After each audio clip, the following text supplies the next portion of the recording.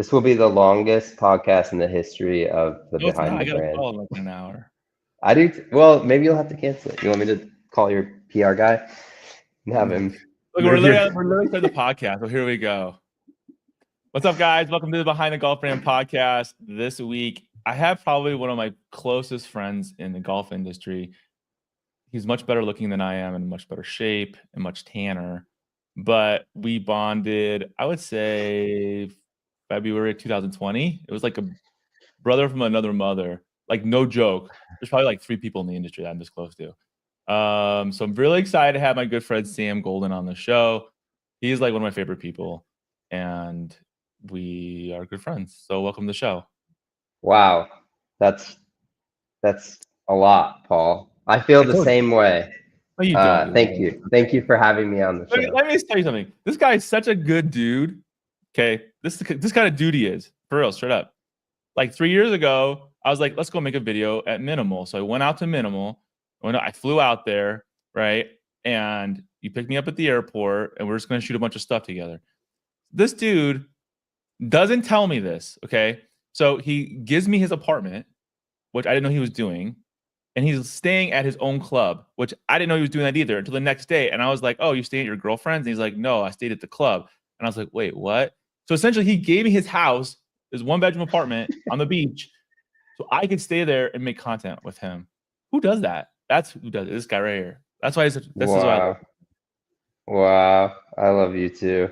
And then I got to watch him surf, and I couldn't even surf, so I just had to film him and Campbell surfing.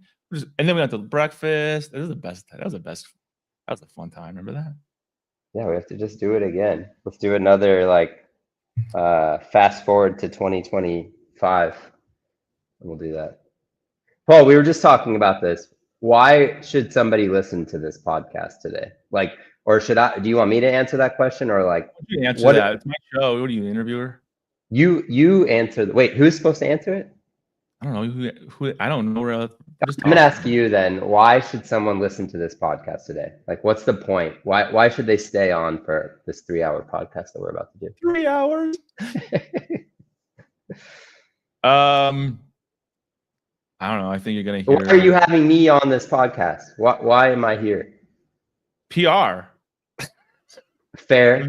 It's good for the brand, for sure. All right. So Sam hasn't been on the podcast in like 4 years, probably, and we talk probably twice a month, I would say, at least. And they have stuff going on that I want to talk about because I'm really excited. They've grown a lot since the first time he was on. A lot. And Sam has moved too, so we can talk about that. And also just talk about kind of what it's really like to do this. Like, what do you think? So do you want to talk about your stuff, or how will you? I'm gonna let you right now. Well, I think for me, we were talking about this earlier, but I listen to podcasts. I mean, I have a couple different podcasts. I listen to a surf podcast that I really like, and then I listen to business podcasts. It's all I listen to. And the surf podcast is once a week, so it's 90% business podcast. And I want, from my podcast, I want to learn something that's going to add value to my life. And for the most part, it's business stuff. But sometimes it's health stuff too, it's blah, blah, blah, blah, blah. Yeah, so I don't know how much I can help in the health stuff, but I can definitely share some experiences that I've had in minimals, growing into a toddler phase, and also maybe my learning of how to start a YouTube channel and turn that into a golf instruction platform, and the clubs. There's a bunch of stuff that I've found myself doing in the last in my adult life. And if I could be helpful there, maybe somebody is thinking about starting a business, or they're have already started one and they've got questions, or maybe they're thinking of quitting their job and being like we did. I'm over it. Yeah. I mean, I don't know. I guess it's really hard because I don't know. I quit law, bro. The friggin' school. I mean, to me, that's what I can give, some insight on why I quit real jobs and started jobs that relied solely on me. What you did, you can share that too. And then how I'm making it work. sometimes, and how I Oh, you effed just have it to, up you sometimes. always have to adapt, right? I mean, that's what it comes down to.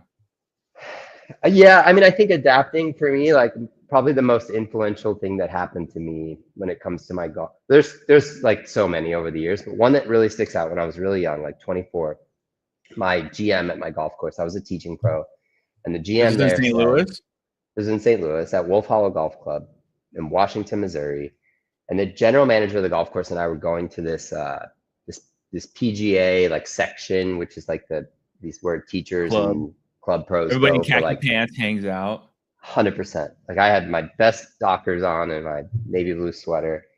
And You give your and papers. you go, yeah, I've got all my stuff. And I really took those seriously though, because I was so Yeah, you wanted to be a obsessed with professional. golf. Like that was Yeah, your yeah. thing.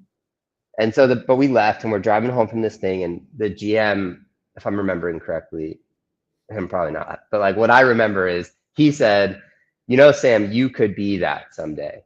And I was like, what? And he was like, teacher of the year, PGA teacher of the year. And I was like, what? Like this guy the biggest golf guy I know directly, he's like my GM, he owns a golf course, was saying to me, 24-year-old Sam, you could be the PGA teacher of the year someday. And I was like, he listed maybe a couple of reasons. He's like, you know, you're good at it, you like it, you love it, I can tell you're passionate about it, you could be that someday. So that was my immediate goal then. It was almost like, oh, I could, well then I have to now. I'm have to become PGA teacher of the year. So that became my like direct goal for 4 or 5 years, not until I started like wanting to compete. That was like the most pivotal thing that happened to me, was somebody else was like, you could do this. Yeah, somebody believed in you. Like you were like, wait a minute. Yeah, that's it exactly. Somebody who I really trusted believed in me enough to say that to me, and I believed them. You know, I don't think anybody can say that to you, but if somebody you trust says that to you and they've got a good reason to know that you can do it, then like I couldn't say this to the audience, right, Paul? I couldn't be like, hey, everybody out there, if you're listening right now, you too can do it. Like I don't know you well enough to say that. Millions of listeners. I only know like, you know, me, and and maybe somebody in your life could do that for you. And it's potentially even worth a question. Like some people don't just like walk around handing out gifts of compliments. Maybe you have to ask somebody like, hey, do you think I could ever be this? And you might find that somebody who you trust, who has the authority to tell you that answer, might say, yeah, I think you could. Yeah. I think it's like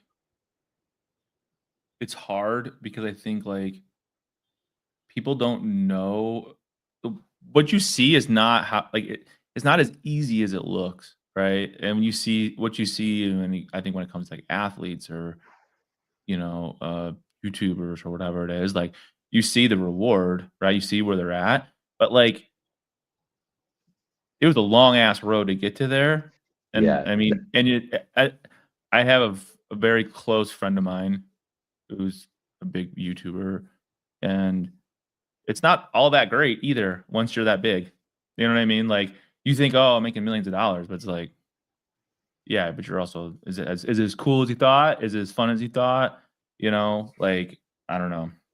Yeah, I think that's why I think the podcasts are so valuable, and like reading books is really valuable. It's why everybody at Minimal, I know you know Paul this, but um, most people probably don't know that everybody on our team reads a book every month together. And Yeah, they have a book sometimes, club, like legit, yeah, regardless of where they're at, and they have a meeting to talk about the book yeah, that they every learned. week we spend half of our weekly meeting talking about the book we're reading. This is the book we just read, which, Oh, I have that book. dude, this is so cool, Paul. So not this book. This book is I had that at my fine. law. I had my law firm. I had that book. When clients would see that, they'd be like, "What the fuck?" I'm like, "Yeah, all right, just keep on." I swear to God, I Yeah, got that bitch. book. Yeah, bitch. Pay my No, hourly but rate. like what I was gonna say is the book club is so sick. Okay, multiple reasons. I could go on about the book club forever. Number one, the reason we're talking about it right now is because I think it's really valuable to see the stories of other founders and entrepreneurs and stuff. So you can know as a founder or an entrepreneur that it what everybody else went through. Nike didn't make money for X amount of years and was hyper leveraged on millions of dollars at one point, definitely refinanced and mortgaged the house multiple times, like Nike. Phil Knight, that book, Shoe Dog, was like massively instrumental in helping not only me, but our entire team understand what it looks like to be a company. Like I don't even think people who work at companies know what the company's going through. They're just like doing their job. Dude, unless you're an owner, like Which, or like seriously, like I don't know, like unless you're an owner or it's a small enough company where the owner shares what's happening, they don't know. They're just going there for 8 hours, dude, and they're out. and they You know what I should, mean? like, I really think everybody should understand like what makes the company successful. So like it all comes back to why anybody does what they do. And I do minimal for my own personal reasons. And I remember pretty early on, the reason we started the book club was because I was like, I'm so passionate about this. Like, I cannot make a bag that sucks. I cannot, like, when a customer complains about the product, they have some issue with it, it gives me like pain. I'm like, oh God. Oh, it's personal. Dude, Yeah, it's no. personal because It's personal. no, That's really. exactly right. You don't realize that either, right? Like Well, as a I'm not customer, gonna probably say, most customers don't I mean, maybe not all companies do have someone who it hurts personally to hear that your product sucks or it didn't work. But I think for our company, it was like me and 5 other people, right? It's always been like us, this kind of small little group. And there was someone in our company who was like, Sam, why are you so motivated? Like, I'm trying to find motivation for me. Why are you so motivated? And I was like, dude, great question. And then I was like, well, I've read all these books and blah, blah, blah. And I was like, maybe if you've read all the same books I've read, you'll also be motivated. So the first like 6 months of our book club was me rereading my favorite books with the rest of the team. So we read Shoe Dog, which actually I think maybe came a little bit later, but we read Let My People Go Surfing, which is like, I think probably it's definitely the most influential business book that I've read and that our team has read. Let My People Go Surfing, for those who don't know, is the founder of Patagonia. It's kind of like his story, his methodology in brand building, and really, really cool book. If you want to see, well, I think I just would love for everybody to know the stuff that's in that book, because it talks a lot about how bad for our planet producing products actually is. So when I read that book, I was like, okay, I need to find a way to produce products that are good for the planet. That's why minimal is for the player, for the planet. So our whole team reading that book, now our whole team is like, oh, I get it now. I get why Sam is making the bags out of recycled material. I get why we have the Trade It Forward program. I understand why this is important. And that's like one tiny little segment of like our business and why we do it in that book. Then we read Shoe Dog, and then it was like, holy shit, companies like Nike have once almost failed.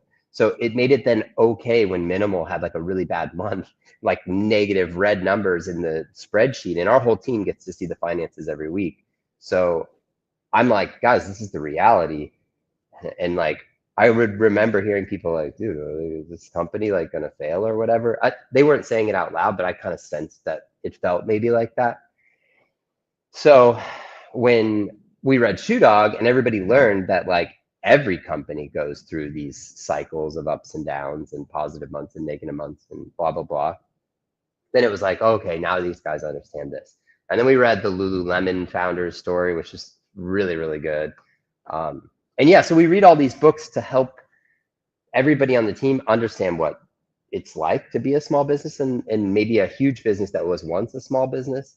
But then this book, I actually wasn't that interested in reading it, but one of the kids on our team, this kid Jackson, who was like our shipping, we hired him to like ship bags. He would come in at like 3 o'clock, put labels on all the boxes that were going out that day, set them up for the UPS guy, and ship them out. That was Jackson's job. Then like golf season came around, he got too busy, and so we were like, all right, Jackson, you got to go play golf. We're gonna have Axel do this now. And so we didn't like fire him or anything, but like his golf season was gonna get in the way of the shipping schedule. So nothing, no big deal. And he stops working for Minimal. And a couple years later, I get a text from him. It's a picture of this book, and he says, "Hey Sam, if you haven't read this book, I'm halfway through it and I'm loving it. I never would have read a book like this if it wasn't for Minimal Golf's book club." And I was like, oh, dude, that's so sick. This 17-year-old kid is reading books Yeah. that like you know, and so that's another thing that I think is really sick is like, well, whatever. That's just a side note to like the program, the book club thing that we do. But yeah, I think the books that we read help us to understand that it's not easy sometimes, and it's not like, dude, I remember meeting people and then being like, "Oh, Sam, you're the owner," and I was like, "Don't act like that's freaking cool. Like that's sucks right now. Yeah, I'm the owner. I'm the guy the factory calls when the payments due. I'm the guy that like has to make sure that the Oh, the floors delay are in shipping, or they fuck up the order, or something's not yes, right. It's like the buck stops with you. Like, yeah, I'm the one that has to solve that problem at the middle of the night because it's that's not yeah. that cool. So I think like yeah, I really do think like that what you said, Paul, is like super dead on. It's not what it looks like. Like I remember thinking like the founder of Johnny O must be rich. And this was in 2009. I was like competing full time and teaching some lessons on the side. And I was like, oh, maybe these guys will give me free clothes to wear in my tournaments. So I emailed the guy and I'm like, hey, Johnny O, my friend from St. Louis also knows you. Could I get some free stuff? And he was like, I'll get you some stuff, but like he kind of like alluded to the fact that it wasn't like easy or like it's not like See, we can we're do. Yeah. yeah, but I just like I thought I don't know. I thought the same thing. I thought all these companies who are putting stuff online and selling stuff online must be millionaires. They all must be millionaires. They like just I don't know. Like basic assumption. They must be millionaires. Even like minimal like nearly did 1 million in revenue in 2022 and was the first year that I paid myself. And the whole year I paid myself, I think either paid myself starting in June, $5,000 a month. So I think June, July, August, September, October, November, December.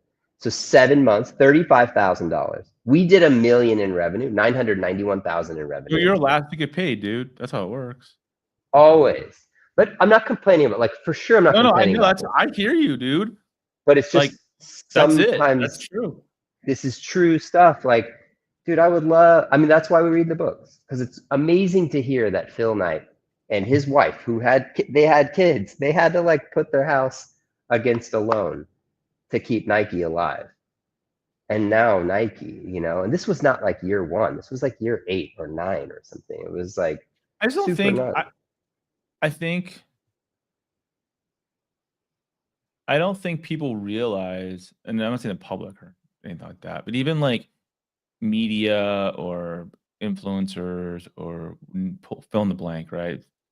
Like what they do say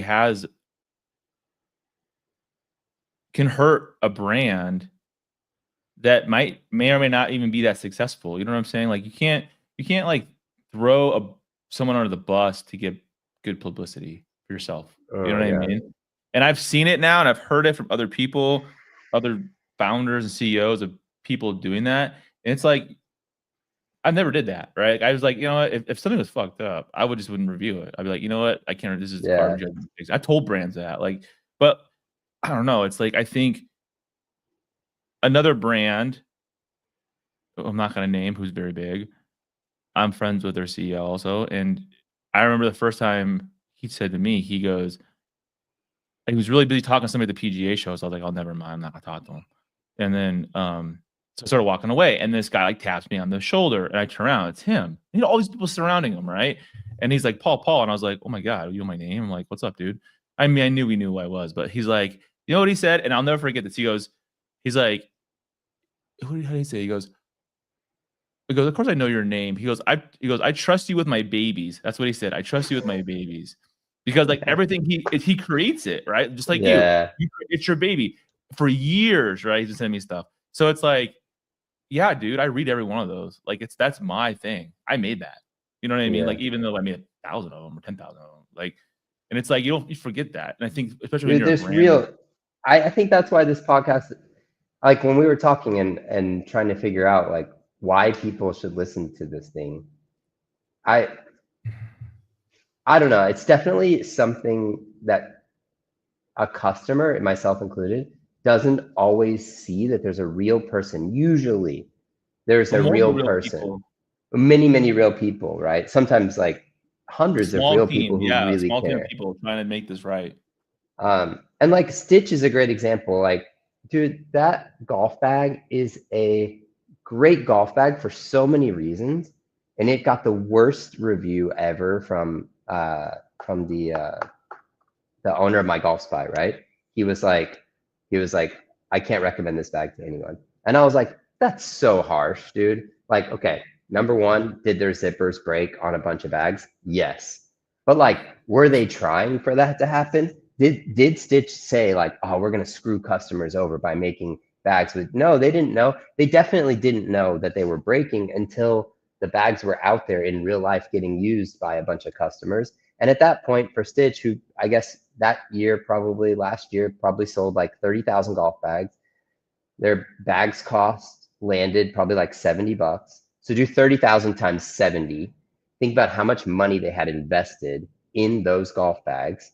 Were they And dumping bags though? Because weren't they selling them? Like I remember seeing them at Costco, and I was like, oh, wait a minute.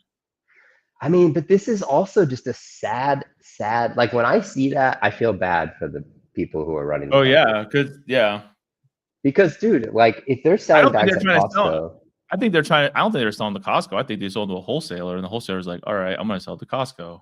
You know what I mean? yeah, maybe so, yeah. But I mean, there's just so many things that have to occur for like a company to No. be in that position where their stuff is at Costco. And I don't think I'm Which isn't for a sure bad thing if it's planned, right? But if if it's you're, planned. Yeah.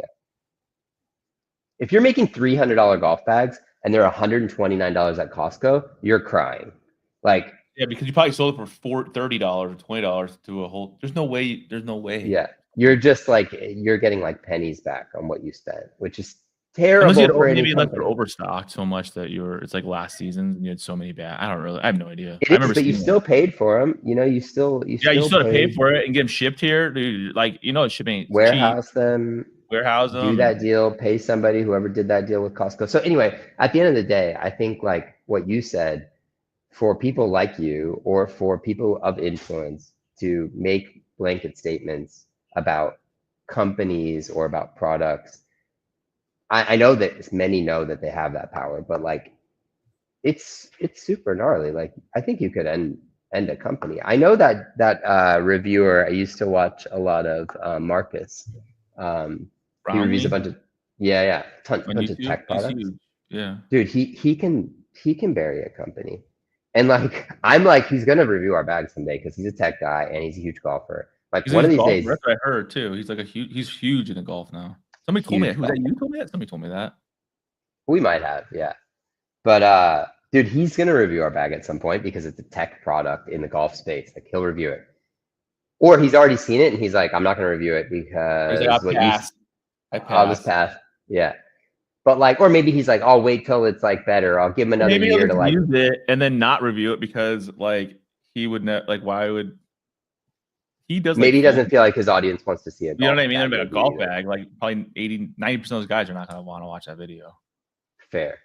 But like if he came out and was like, oh, like the solar power bank could be better or like whatever, if he gave it any flaws, he could give anything a bad review and it could just like it could end a company, man. I feel like yeah. So anyway, those people have so much power, and I think they get catered to a lot by big brands because of that power. But at the end of the day, we know that Minimal knows that our relationships are going to be the thing that will save us from being treated like we're Commodity. not humans. Yeah, exactly.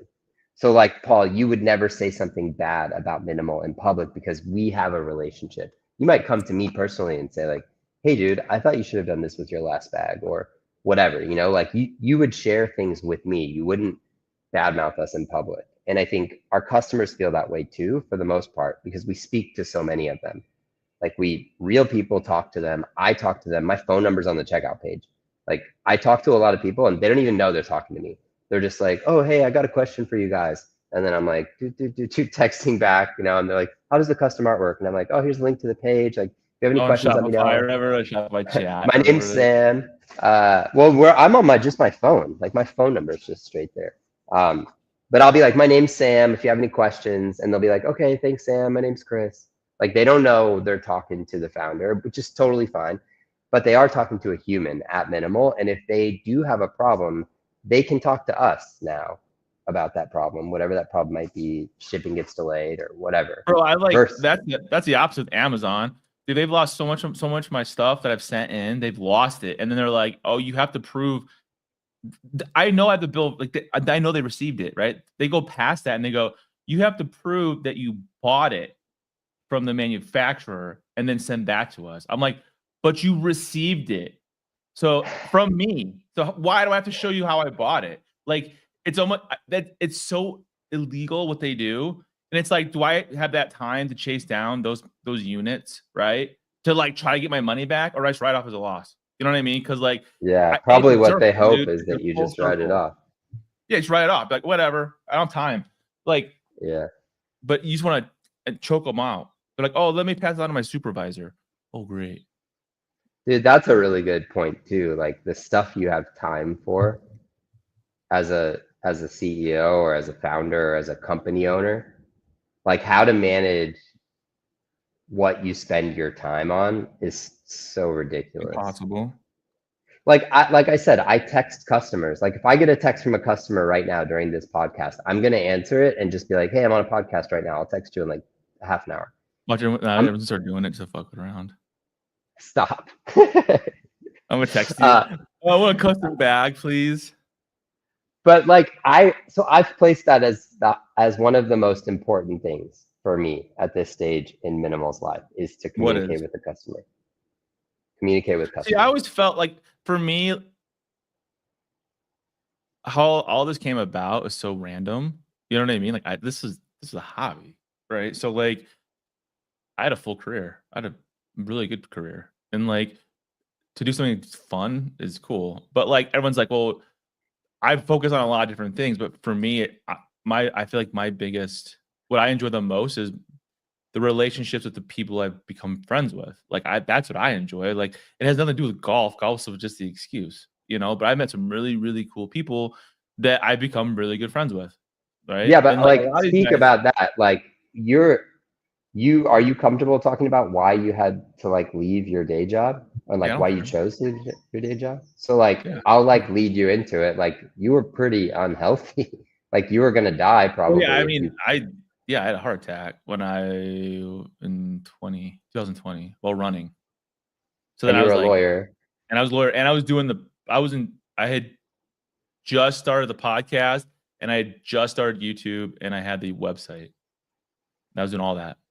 See, I was a dumbass, and I always tell people this too. Like, I was back to work 2 weeks later, right, as if nothing happened. You had a Like, heart attack and you were like, hey boss, I'll be back as quick as I no, can. like they didn't even care. They didn't even make me come back. I just felt so guilty for not being there, and I had like 50 cases I was running, and like my clients needed me, and like I just went back to work. It was like as if literally nothing happened. Like, and I feel like complete shit, but I still went back to work. Dumb. Like if your body's telling you like, yo, you need to chill out, like that's when you need to chill out. And How like long did you stay how long two did more you years, stay a lawyer after your heart attack? 2 more years. How Well, when four was more that? Because I years. remember having this conversation. I Like you practiced were like 2 more years. quitting. I practiced full time for 2 more years, and then I mean, I still have my license. I can still practice right now. I'm just not practicing. So I went like I'm still a member of the bar. But I remember having this conversation. You're like, dude, like, I'm not healthy, and like, I think I want to like go full time, like doing this other stuff. But you were still like lawyering full time, and all this other stuff on the side. How long did you do that before you were like, okay, I got to quit? 2 years. So you had a heart And I attack. remember telling you, and I told Brandon over at True and a couple people, Hmm. Ronnie, and they're like, "About fucking time. What are you doing, dude? Like I don't even know why you're doing both." You know what I mean? And I'm like, I don't know, because like one's a job and one's for fun, you know? And then it's like, but that's the thing. It's like I forget how many people I've met over the years. I've met a lot of people. And it only reminds Yeah. me when I go to the PGA show and I know a lot of people and they're like, everyone's like, "Oh yeah, I'm gonna introduce you to Paul," or "I know Paul." I'm like, oh, and it's like, "Oh, I heard your voice," or "I heard you." I'm like, Like, it's so random, dude. I'm like, oh, let me introduce you to so-and-so. I'm like, all right, talk to that. I already know that guy. Like, Well, for you, so it was about health, like you were gonna die, but you stayed for 2 more years. Like, what was the thing that made you finally quit? Or like, had you saved a bunch of money? Were you like sitting on $1 million and you were like, oh, I can quit now? no. Or like, why did you I realized feel that like life you is should quit? short, right? Like, I mean, personally, I feel like with people, I mean, most lawyers like to be a lawyer because of the money, right? Like, that's why they do it. And so it's like, you know, the money was good. I enjoyed helping people. I really enjoyed that a lot. That was the best part for me, with like solving problems and helping people. But then it's like they say you don't take it home, which you don't, but your brain never shuts off, right? So you're trying to solve 50 different people's problems at once, right? Like all the time, and make sure all the balls are in the air still, and we're not missing deadlines and whatever. Because at the end of the day, it falls on you, right? So I left because I needed time off to like think, and I was like, well, I'm making a little bit of money from this.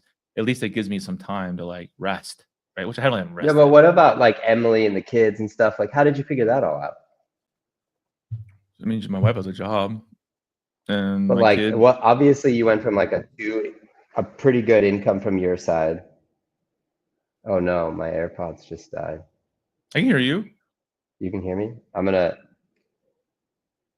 They're not earpods. They're like janky earpods. Like, what'd you buy those on Amazon for like $4? These are. They're like called Choi's. They're not even called like the real thing. Sam, you're on mute. Now? Now go to your Shure microphone. It's sounding very bright. MacBook Pro. You sound so sexy. And speaker, I hear you. mic. You can just edit all of this out, right, Paul? No, we're live, bro. So everyone's gonna God. see you learning how to use your computer. Speaker.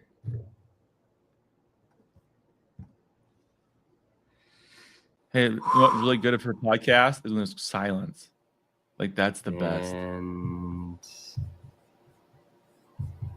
we are. You're killing me, man. Where's my cell phone now? I'm gonna order a custom bag right now just to F with you. Okay. Wait, I can hear myself. Can you hear myself? Can I hear myself? I hear you still. Where's my phone?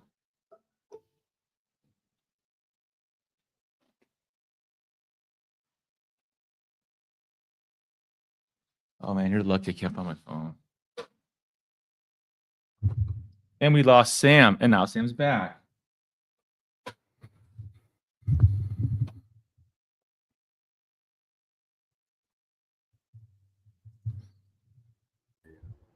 Should I let you back in now?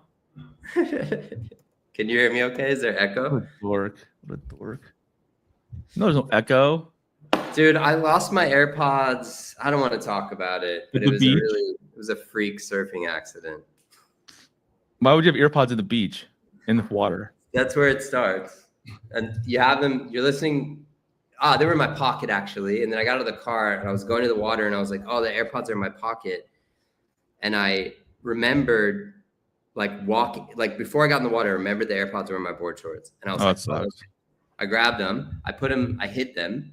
And I was like, remember to get your AirPods when you come out of the water. So I surfed for an hour or whatever. And I came to get my AirPods out when I got out of the water. And I was like, yes, my AirPods. I remembered. So I went and grabbed my AirPods. I went over to my car. And before I unlocked the car, I set the AirPods on the roof of my car. And then I did all my stuff. And then I drove away. And the AirPods are gone now. So they're just gone? Could you just find my earpods or something? Yeah, I went back and looked, but what's crazy is I had like 3 video meetings that day after my surf. Like I came home, blah, blah, blah. And I was like, I'll go back later after my second meeting. And then downpoured, just like rained for hours. So they're gone. So anyway, it's not AirPods, but I'm back. Native audio. Native audio. Now you're using this your iPad or something. But dude, you were saying like you were making good money as a lawyer. Emily had a job. You guys had 2 kids, right? Right. And you were like, I'm quitting my job. And she was like, all right. She was cool with it? Yeah, dude, that's how it works when you're married. Wow. I'm so glad to hear that. I feel like I remember you telling me this, and I was like, that's so sick. Like years ago. How many years ago was that now? 3. Wow. I mean, I think like you have to take chances, right? Life's short. Like, Well, that's you it. know, because you almost died, right? I should have died. It wasn't like I almost died. I should have died. I don't know why I lived. So it's like my wife did his heart walk like a week ago with her work, and like she made so that she walked for me, she said, and her mom, who passed away a couple years ago. And she said they're like almost like literature. She said team, right? Because she's in management. And she said that like I had like the Widowmaker, and they said that like if you have a Widowmaker, you have a 12% chance of surviving. Surviving, not even like being fucked up, like death surviving, right? So like I didn't even know that. So if I was like, and then listen to this shit. So then like she was telling me this weekend, this is the saddest thing, dude. So her employee, her husband's a lawyer too at a big firm, and he went to Bandon last week to play golf with his friends. He had a fucking heart attack at Bandon and died, and he was like 42, and he has two little girls, dude. I was like, I just met this dude like 4 months ago at a football game. I was like, you could be kidding me. He's young. I was like, see, that shit fucking happens, and you're just like you're at a golf course at Bandon, you're fucked. I was lucky the hospital's on the street. If I was in an airplane, if I was middle of nowhere camping, there's no way. There's no way. And what like I don't they say don't know why it happened. They just say like, oh, it's because it's hereditary. When they can't figure out why, they say it's hereditary. That's what they do. It's bullshit. So, but you were also working, like you just said, like you were managing like 60 things at once and trying to keep all the balls in the air. Like, how much healthier is your heart, or like how much longer are you going to live now? Are you still all stressed out all the time? Are you like better because you switched, or? Yeah, because I think when you run a business, as you know, well, when you're a lawyer, you're too busy trying to solve everyone else's problems, right? And you don't know if it's going to work or not. And if it doesn't work, it's your fault. And like if it does work, they're still pissed off because it costs them a lot of money, right? So like essentially, there's no winning as a lawyer, right? I mean, like if you think about it. So yeah, winning is just like they paid you. You should do your job, and then that's what they're expecting. Yeah, so if you lose, they're pissed. If you win, they're pissed. And then you got to watch out for the other side, right? Because like they're gonna be pissed the whole time. And so for me, I always try to like. So it's just like there's no winning in being like we should win that. So I felt like now I can control. I can control what I can control, which is mine, and not someone else's times 50 or whatever. Yeah. How much longer do you think? Any different than being a founder though, because now you have to worry about everything, right? I mean, I know you don't. You have like the most best day in the whole wide world. Like you get up, you surf, which is like your Zen moment, and then you go and work. You do your day, but you're clear, you're ready to go. You know what I mean? Like that's at least what you were when I was with you, which I thought was the hardest thing. Like you have balance. That's the hardest thing, is having the balance, right?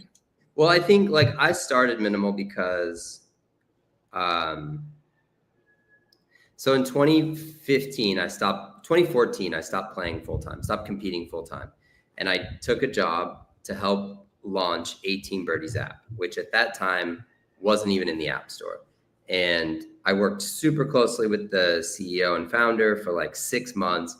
And was like, this is so cool. I was like we were together, like determining what was going to be in the app. And it was a lot of fun. And then when the app launched, there was like a ton of like very much kind of tedious work to do. Once the design or like the conceptual understanding what the app was going to be was done, there was a bunch of work to do. And I spent the next like 6 to maybe 9 months doing that. And there were still some of those moments which I really enjoyed, but most of the time I was just like very exhausted and tired and filling out spreadsheets and blah, blah, blah. And I wasn't happy. I wasn't competing, and I was tired. And I was like, all right, a bunch of different things. And Eddie and I, the founder of 18 Birdies, had a really good conversation. He was like, Sam, take some time away, figure out how to stay involved with 18 Birdies, but like take a month off and let's talk about it in like a month or something. I was like, okay.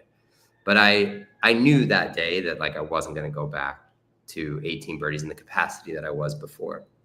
And since then, I've been really close with them, and I've been a part of every coaching program that they've done and all their lessons and all their stuff. But I left 18 Birdies knowing like, okay, I don't want to have this kind of job ever again, where I'm like stressed. Dude, I had like gray hairs in 2015 that I don't have anymore. It's pretty crazy. Like you don't gray hair. You look at Sam. He looks like he colors his hair, but he doesn't. Just saying it. But in 2000, I was like more overweight than I wanted to be, and I had gray hair, and I wasn't playing golf, and I wasn't happy, and I left 18 Birdies. Again, it's not 18 Birdies' fault, but it's sort of like that was the time. No, it's just stress and doing all that stuff. Yeah. And then I moved to Puerto Rico actually the next year, and was just doing my online coaching, like making content, creating courses where I would work like once a month, create a course, put it online, sell it. And then the rest of the month, it was just like emails back and forth with people who had questions about the videos online. Yeah, but see, like you dismiss that shit. Like, oh yeah.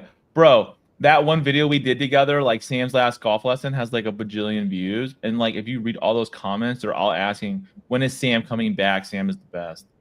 Did you know that? That's so nice. Go look at that video. It's there. I swear to God. I didn't do shit for like a year, and now it's like 10 or 15,000 views. But like everyone's like, oh, I love Sam's content. I miss Sam. Sam. You suck, Paul. Sam. I swear to God. Well, that was, I mean, that. Go find it. I should read these comments. This should be like you know, like the bad tweets. This should be like, I'm sure there's plenty of hate in there too. Like that's just embedded in the online, put yourself out there situation. What are you talking about? Everyone's Everybody's super nice online. No, yeah, that's so true.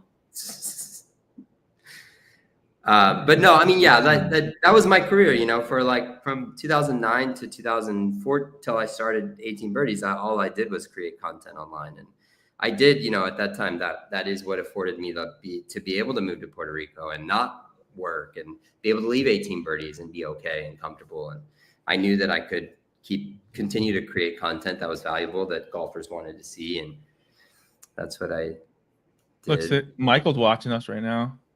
Live. That's so nice, Michael.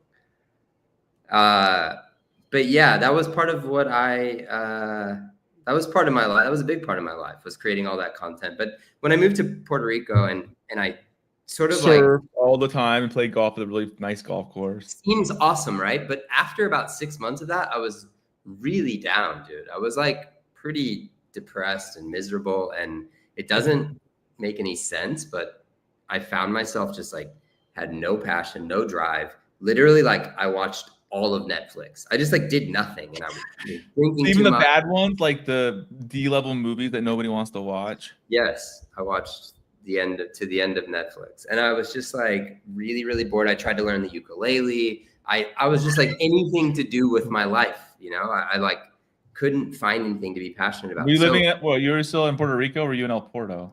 I was in Puerto Rico then, and during that time, in living in Puerto Rico, there was a big hurricane, and so I left because the power went out at the resort. You had a ukulele. I had a ukulele. I didn't bring it with me, but I took Birdie's app. You just like singing to it. Like basically like this huge hurricane happened, and I was like, all right, I'll go teach around the country for however long it takes for the power to come back on. So I went and did lessons in New York and New Jersey and all over. And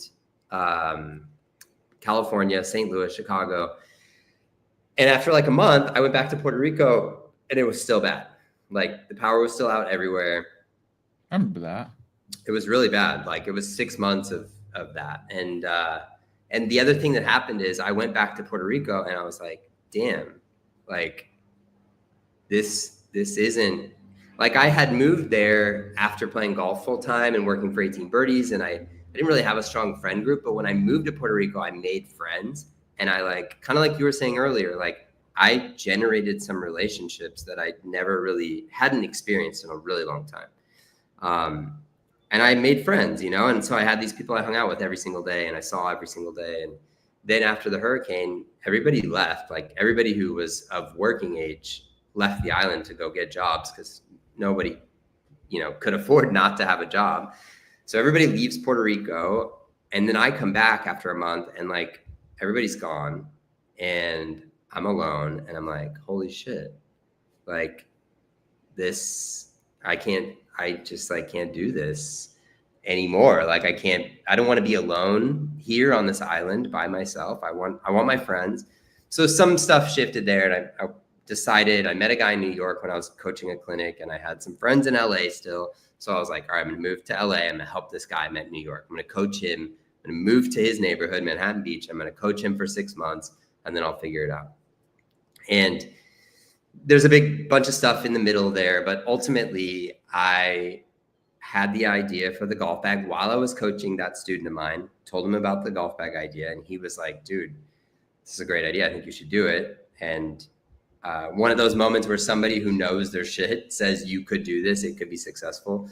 That guy had started, and now it's like a crazy successful distressed debt part of his firm. So they help companies that are like going out of business, like can't make it, help them restructure, get them back alive, and then they make a bunch of money doing it. So that was his job. He would look at companies who were dying and try to decide if they should invest in them to bring them back to life or not. So when he told me like, this is a good idea, I was like, oh, okay. It's kind of like my GM telling me you could be PGA Teacher of the Year. Like, this is a smart guy who knows about this stuff. So I was like, all right, I could start this company. That was kind of like probably the biggest thing.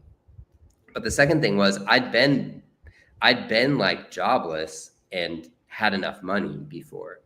You know, like I'd been living in Puerto Rico on an island, surfing every day, golfing every day, had everything I needed, but wasn't happy. And so I started Minimal knowing that this was going to be a challenge, and it wasn't the easiest way to make money, but I wanted to do it. Like I wanted the challenge. And like, you know, Paul, if anybody wants to make the most money possible, don't make physical products that ship all over the world. Make digital content that adds value to people's lives and sell it in a membership course. Like it's the easiest way to make money. And if you don't care about what you're making, then just do a Google search. What do people need?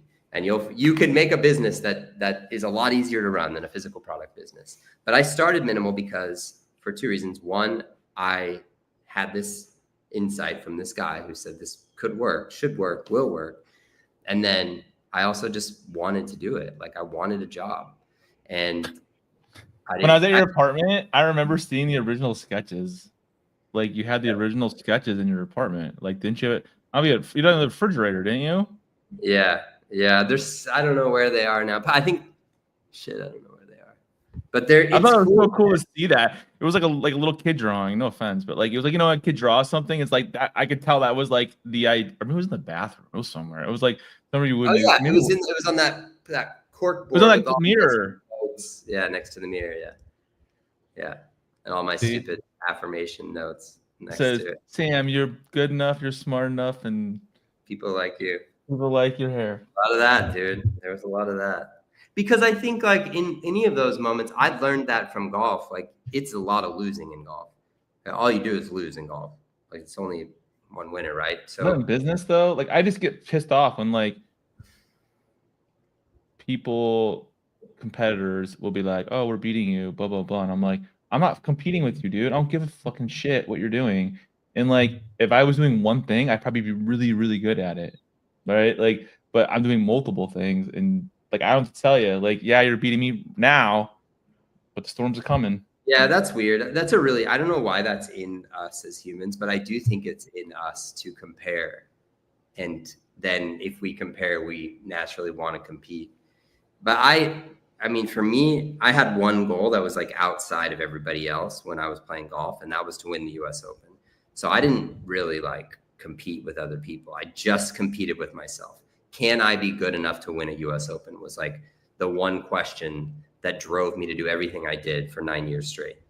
And when it comes to the bags, it's pretty similar. It's like, I mean, I love the competitors in our industry. I think I took a ton of inspiration from Stitch, though I think like, yeah, we made a different bag from Stitch, but I like what Stitch did for who they did it for. I think it's a valuable thing in the marketplace. I love Vessel for their premium quality and their like luxury shit. Like, dude, luxury golf bags, they're so sick. Premium golf bags, I love Vessel. no one can compete with Vessel when it comes to premium. What's so cool about Vessel though is like they're not just doing golf bags. Like no, this is another thing almost nobody knows. They have so much cool shit. That the coolest bag that I ever got from Vessel. One of the reasons that like the material on the very first minimal bag, I used this duffel bag that I got when I played in a golf tournament. It was like a tea gift.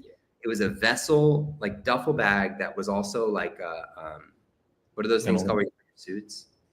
Oh, like it's overnight bag or whatever. Yeah. Yeah, like those suits that you can hang your suit and it's like in a thing and that rolled Dude, up. Make nice freaking shit. I was on the website the other day and I was like, you guys make like I was talking to Justin over there and I was like, I didn't know you guys made freaking travel bags. Like I never got one. I never seen that. Like I wouldn't have reviewed one, but like it's they have 2 of them. I was like, and they make pickleball bags now. They make pickleball stuff. They make tennis. Dude, they're so good. They Red collab is really, really sick. Like anyway, so I mean, it's so easy to just like look at your competitors and see why they're successful and love them for that. And then I think if you can do that, then it allows you to like to eliminate that as an issue in your brain. Now you can just focus on what's going to make you the best. So for me in golf, it was like, I want to win the US Open. I don't have to hit it the farthest to win the US Open, but I do have to be able to find fairways. I do have to have like pinpoint accuracy with my irons, and I have to be a master strategist. So those are the critical things I have to do to be the best to win the US Open. I don't have to think about anybody else. And when it comes to the bag, it's like, I don't have to worry about Vessel. Vessel, like, love Vessel. They're great. They're not a competitor. They're in their own world trying to do their thing the best. And because I'm not worried about competing with them, it allows me to just focus on what we want to do. And I think that's the healthiest I've ever felt about the industry. I remember like pretty early on, I'd be like looking at Instagram and I would see people like using another bag and I'd be like, dude, why are they using that bag? Like they know minimal exists. Why would they? It like hurt to see somebody using somebody else's bag. And then it was like, oh, that our bag just isn't for them. Like that's okay. Like doesn't mean our bag's bad. It just means they don't want to use our bag, which is like completely fine. Our bag is for a certain kind of golfer that resonates with like the mentality that I have kind of. And that's it. Like we're going to be you thought so much outside the box. Like you're still doing things that no one else is doing after 5 years, right? Yeah. I mean, I think is anybody copying you right now in terms of like a tech pack? I mean, I know there was battery bags out there before that, but that yours wasn't. Yours making a tech bag that you could film yourself with, you know, like the whole. Well, like I gave you that list the other day. There's like 7 things that minimal golf does that no other golf bag company does. And most of it you could find in other industries. Like we don't make anything out of not recycled material. So like other companies make what bag did that start with though? Because that's done with MR2. MR1. Or MR1. What about the other MV2? MV2 we couldn't hit the minimum order quantity in order to get. Oh, okay. I remember that. Okay. Because it's just gnarly. You have to order so many because nobody. Yeah, a lot. The thing, especially when you're buying golf bags. Imagine that, right? Like you're going to a hard goods, and they're not cheap, and they take up a lot of space, right? Like they're expensive. Like ball markers. Well, in our bag too, like our bag, the way it is landed is $171 or $174. Now it's going to be more because of these tariffs, but that's if they go through. That's if they go through. I was doing something today. Like now, like Europe is backing down. They're like, oh, we're sorry. Yeah. So maybe maybe, but like Indonesia, like the most greatest, nicest people on the planet. Like if you've ever been to Indonesia, like Indonesian people are so kind. Literally when they say thank you, they don't say thank you. They say, please accept my love.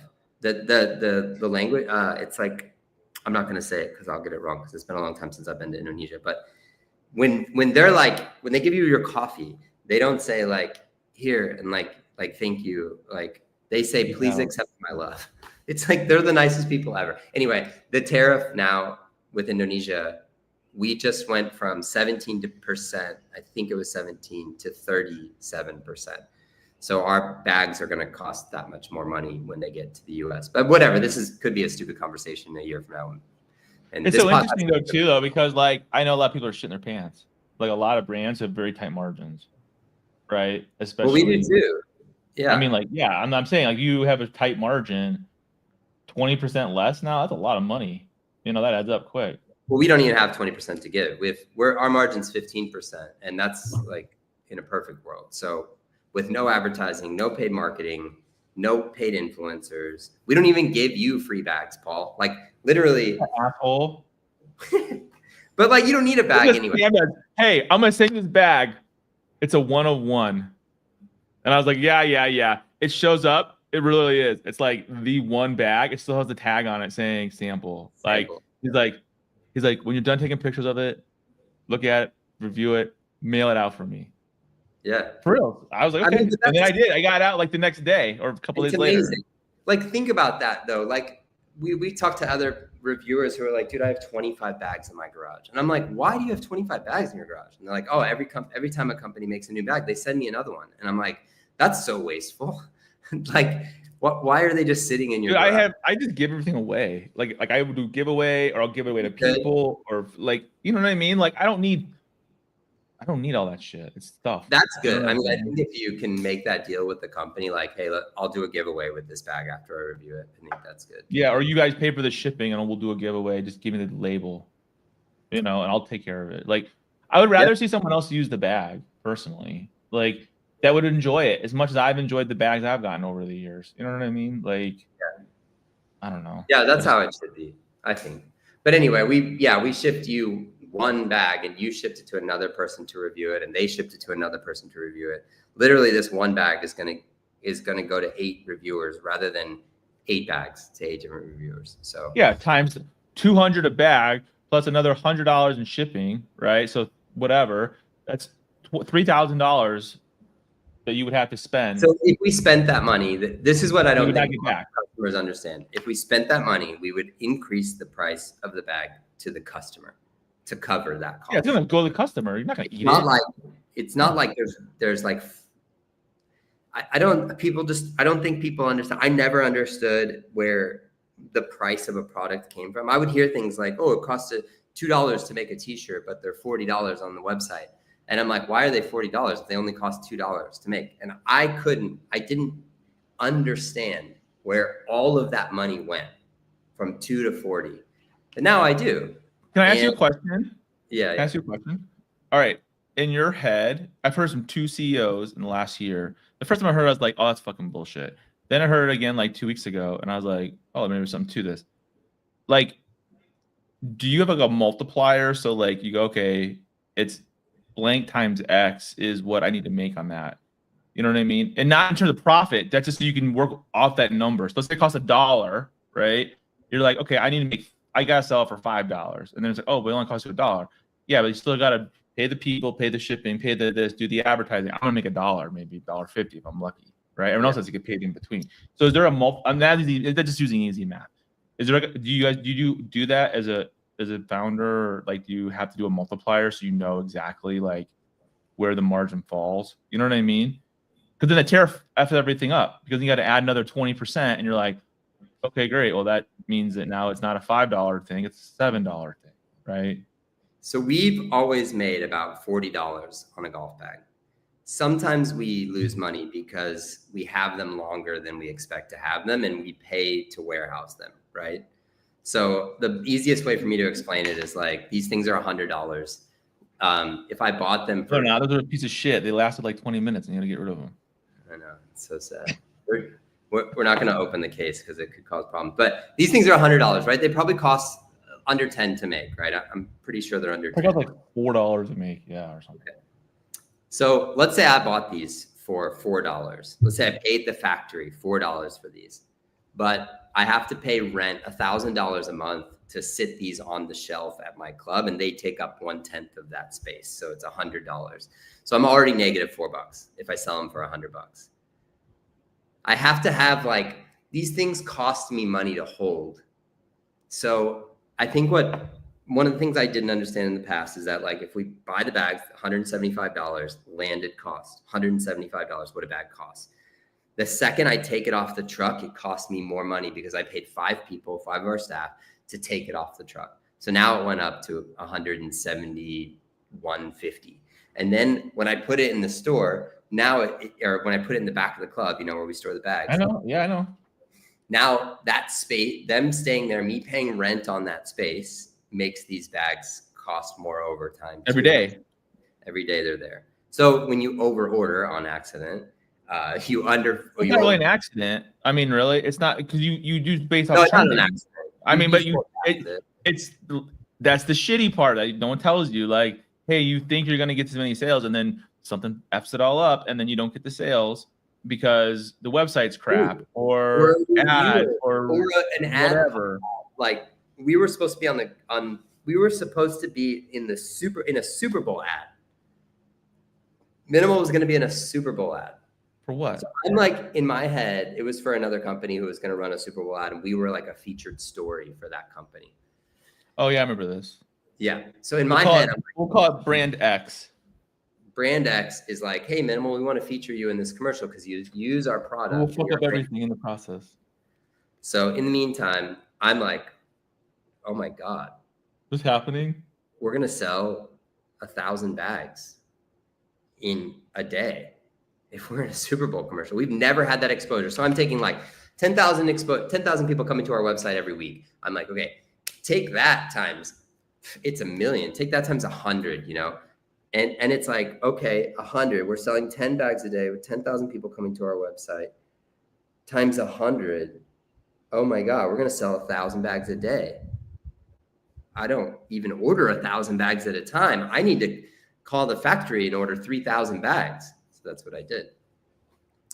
And I got 3,000 bags, and that company X didn't run a Super Bowl commercial. So not only did I get all 3,000 of those bags within like 3 weeks of each other, which I know why the factory did it, but that wasn't the plan. The plan was to get 750, 750, 750, 750. Look at the Chinese New Year. All kinds of stuff. Plus, when a factory puts bags on a line, they want to make them all and ship them all immediately. They want to run it. Yeah, they don't want to do like. They don't want to get them all done. They'll get them all done. Exactly. So anyway, billion. But do 171 times 3,000, and that's how much money we owed the factory that day. So it was like, holy shit. Okay, that's fine. The Super Bowl commercial is going to come out. Oh, it's not coming out. Oh shit. And so we had. Why did they decide not to do this commercial? Did they ever tell you? They're just like, sorry. Yeah, dude, it was, you remember it, Company X. I remember. I'm not gonna say who it was. Like, I think 10,000 employees. They were losing money. It was just a weird time in their industry, and they lost a bunch of money, and so they decided to cut their Super Bowl ad. So we fucking like nearly died. Thank God our factory is amazing, but this is the kind of stuff that's like, They don't do that in school. No way. And you have to make this bet, and I would say like probably 80% of the bets I make, I'm getting smart about not making like bets that could kill us, but 80% of the bets I make, they don't pan out. But the ones that do are the ones that like you keep moving on. If you don't make any bets, you're not at the table. You know, you're not in business if you don't place any bets. So you're in your room. Yeah, you're whatever. So anyway, it's constantly placing bets that you have to be accepting that they're not. It's like golf, dude. It's like you tee off and like you're hoping that you make a birdie, but like you have to be able to accept if you make a par or worse, because there's another hole right behind it and you have to try to make a birdie on that one also. You can't get caught up in the loss of the bogey from the previous hole. So I was like talking to an athlete lately who just retired, and he was telling me, he's like, when they don't teach you these things, like he's like, athletes have a disadvantage when they're get dumb being an athlete, like because our body is the way we make money. We don't get insurance. He's like, if I mess up something, like I'm done. I'm out. You know. So you're hoping to make that money in that time when you're not hurt, right? Or you make it to even if you made it to the show, being in the big leagues doesn't mean jack shit. I mean, you're making good money, right? right? But you're not making like crazy money. But And you like, gotta know, like, or you've got to be able to pivot. If when your body no longer can perform, you've got to be able to like use whatever when to you call learned it. in those 20 years of life to become elite. You got to be able to use that somewhere else, or have saved a lot of money. You know, I told him, because he's like, I was telling this guy, he's like, so I'm like, yeah, but if anything, dude, I feel like athletes have a huge advantage because you've trained and you've been so focused on whatever that thing was for so long. You know, like you're at the 1% of people, right? Like, so whenever you figure out what that one thing is, you are going to exceed at it because you've done that your whole life on something else. So like most people don't even know what the hell that even is. And I'm like, it's just finding that thing or things, right? Because you have the work ethic. You're gonna be able to put it in there. I think it's so crazy, man. I don't know, like my philosophy on like why we exist here on this planet. It's probably The Matrix. another podcast, but like, yeah, it's the Matrix. But like the you know, the people who want to, it's so weird. Like I remember asking this friend of mine like 15 years ago, I was like, what's the one thing you would do every day if you didn't have a job? And she was a really good friend at the time, and I was giving her golf lessons, and she was really burnt out at her job. And I was like, oh, just quit your job and you can do whatever you want. Like I did, and it's fine for me. And she was like, I don't know. Like, I don't know what that is. And I was like, well, just figure that out and then you'll be good. And we'll talk again when you figure that out. And she didn't. It's not like, I don't think it's imperative that every human has the one thing that they would do every day if they could quit their job. I don't know. Some people don't. Like, it's just like my brain is like, oh, I see this thing. I want it to be amazing and nothing's going to stop me until it's amazing. And then that's it. Like everything else, just like get out of my way. Like the other day, like Paul, I rebuilt my website, samgoulden.com. I rebuilt it, literally everything from it's not live yet, but from start to finish, like from nothing to every course I've ever made, every video on every course, every product description, every product linking to a course, to a thing, to a membership that you can buy and you can download. I redid the whole thing on Saturday. And I was surfing Saturday. What did you say? It's on WordPress? I'm going to shift it from WordPress to Shopify. Because Shopify Did finally you get rid of your guy? You had a guy that was managing it for you. Remember that long time Yeah, ago? Nitesh. Yeah, no, Nitesh was really, really helpful for a while, but I can do it all myself on Shopify. Dude, Shopify sucks because they nickel and dime the shit out of you. But dude, it just works, man. It just works. And trust me, I had a WordPress site. WordPress breaks down all the time. There's always updates. It breaks down all the time. It breaks up all the time. Like then they try to say, oh, WordPress e-com is just as good as Shopify. Bullshit. If anyone tells you that, they know what the fuck they're talking about. They're just trying to sell you on WordPress because all they know. Straight up. Well, and it is true. Like Shopify does own you once you get into their network. They want you to use so is WordPress. All this stuff. It's free up front, then you got to buy how many plugins, right? All of them. Non-stop. And then shit breaks. And then the plugins get updated and your server can no longer anyway. But what I was going to say is on Saturday morning, I started working on it on Friday night. Saturday morning, we were surfing and all of our friends were like, we're going to go to brunch at this place.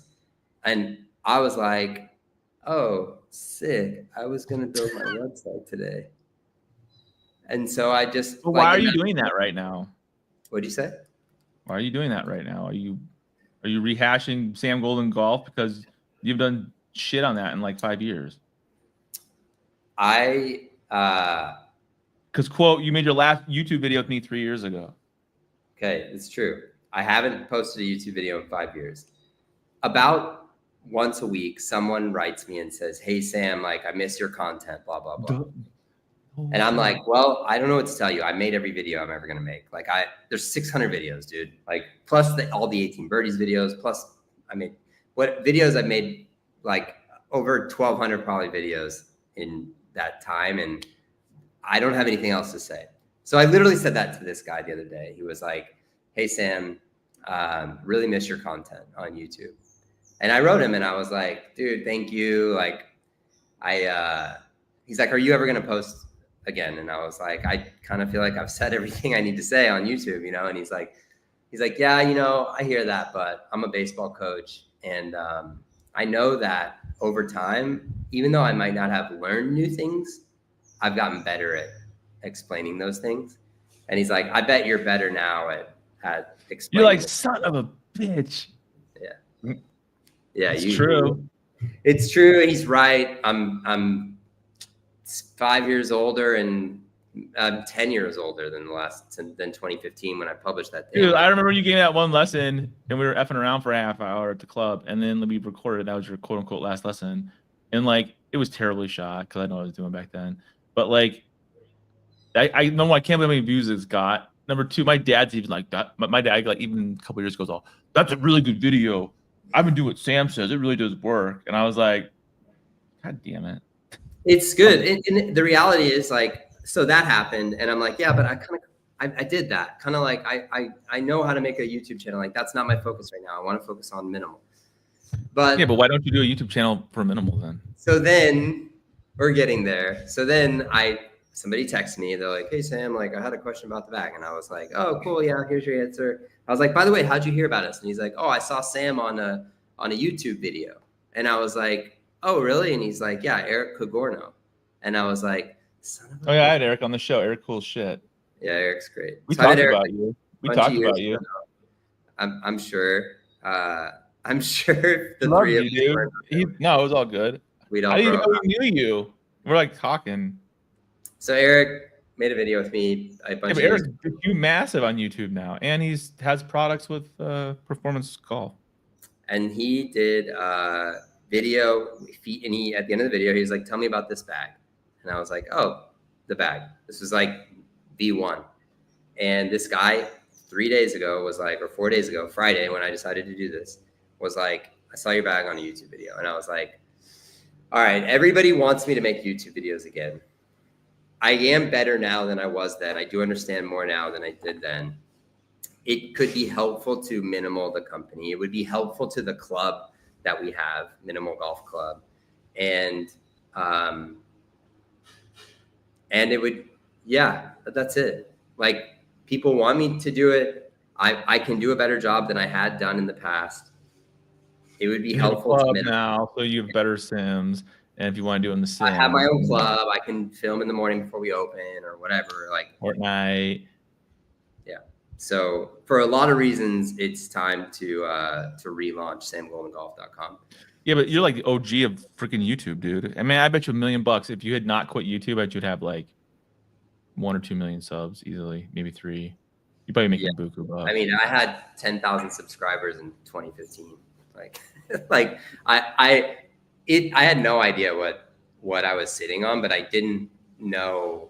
I knew I wasn't passionate about it. And at that point, no, it wasn't fun. You didn't enjoy it, so that's why do it? You know. Yeah, but now it's not necessarily about that. It's about like giving an audience what they're craving, and also like I can do better. Again, it's like the golf bag. It's like V1 was V1, V2 destroyed V1, MR1 destroys MV2, and MR2 is like a modified MR1, but it still destroys MR1 and features, like I was beginning to say earlier, like there's 7 things that we do that our bag does that no other golf bag or no other golf company does.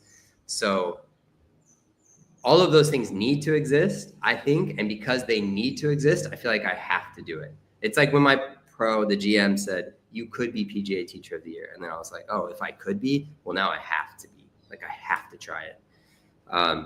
And it doesn't mean I'll get to the end. I stopped coaching. I not stopped coaching. I'll always coach, but I stopped wanting to be PGA Teacher of the Year in 2006 or 7 when I started wanting to compete. And I stopped wanting to win the US Open in 2014 when I started working for 18 Birdies. And yeah, all those things, can change and our lives change. But when it comes to like this YouTube channel, yeah, I just feel like I have to do it. Because I can and because it needs to be done. Sure.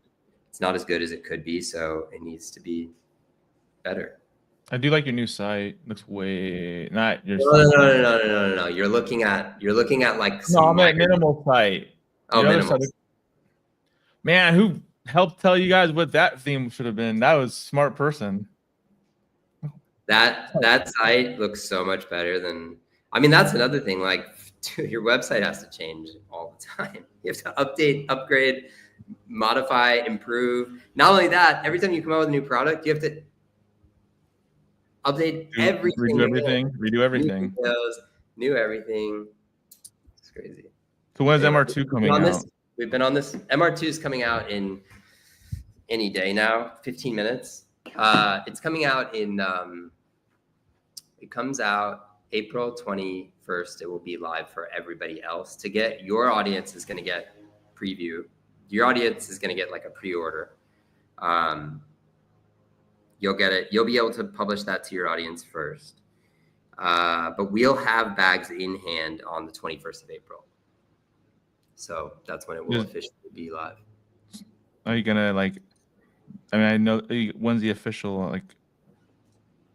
So wait, the 21st is when you can start buying them, I guess. Yeah. Pre-order.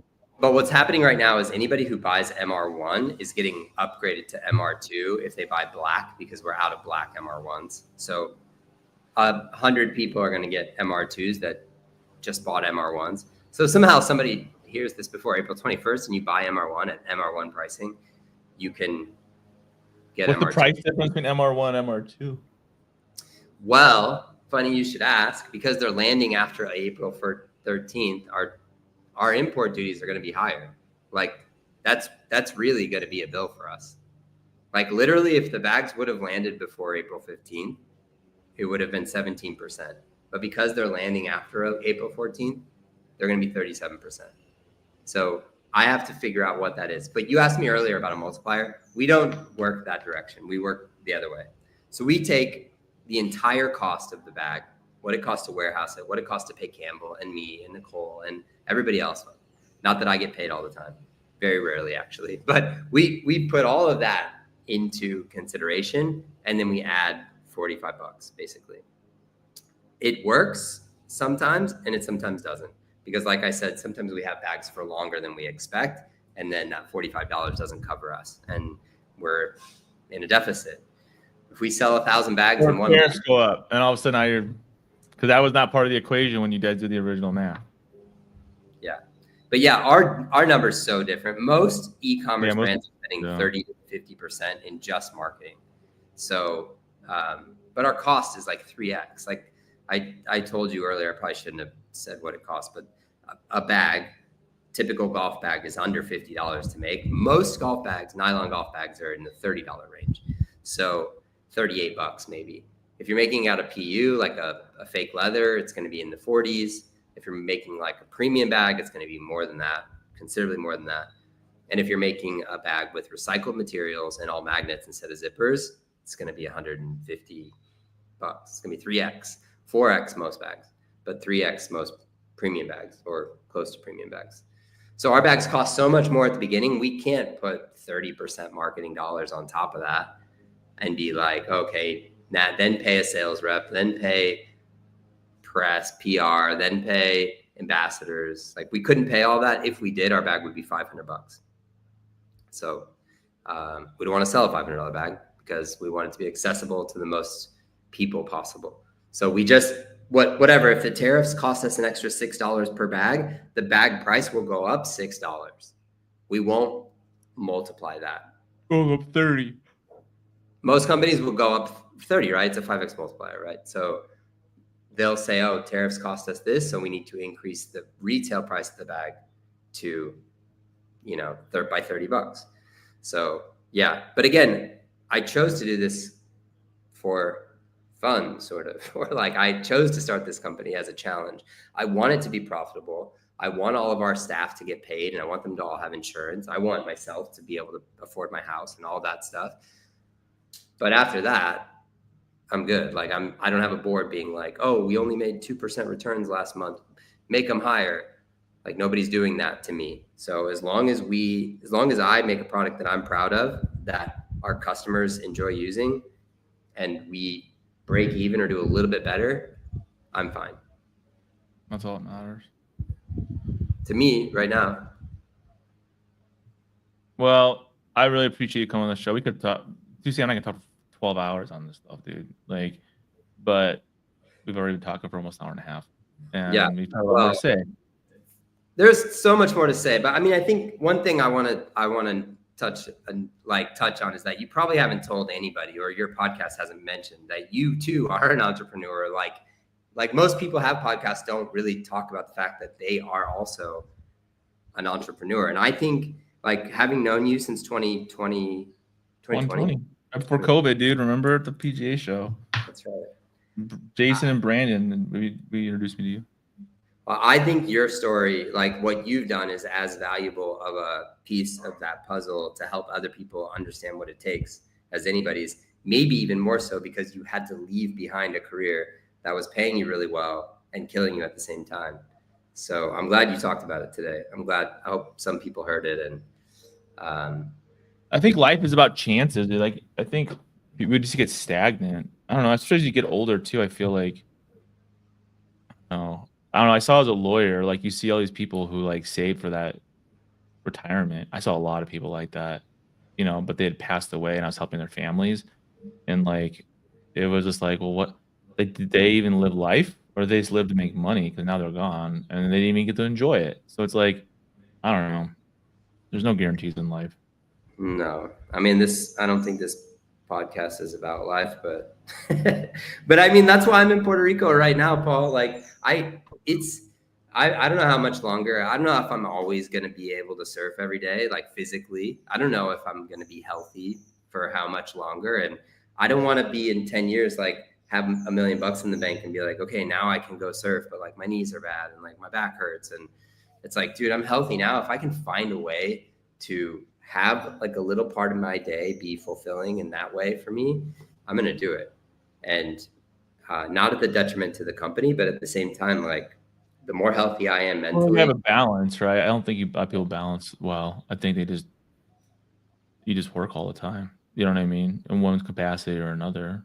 If you're a parent, if you're not a parent, if you have a company, if you're an employee, if you're in management, like, you just work. But for what? Like, to pay bills?